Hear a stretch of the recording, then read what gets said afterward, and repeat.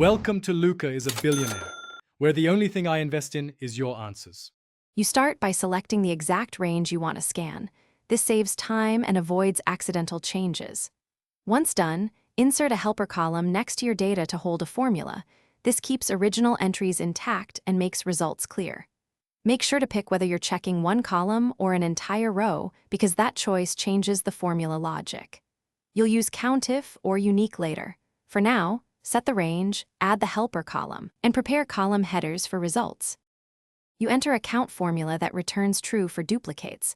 For a single column, use equals COUNTIF, $1, $2, $1, $100, A2, 1, so each cell checks the whole range. To check full rows, concatenate columns like equals COUNTIF, $G, $2, $G, $100, concat B2, C2, D2, 1 after populating the helper column with concat. Make sure to lock ranges with $, so copying works. Then drag the fill handle, or double-click it to populate the column for all. You should now filter the helper column for true to review duplicates before deleting anything. This prevents accidental data loss. Once reviewed, use data remove duplicates for fast cleanup, or sort the helper column and delete flagged rows manually if you need more control. If results look wrong, make sure spacing and lettercase are consistent. Wrap values with trim and upper or lower to normalize them.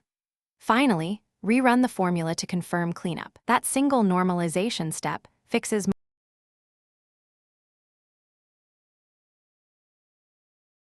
Thanks for watching and please subscribe. It's the best investment you'll ever make.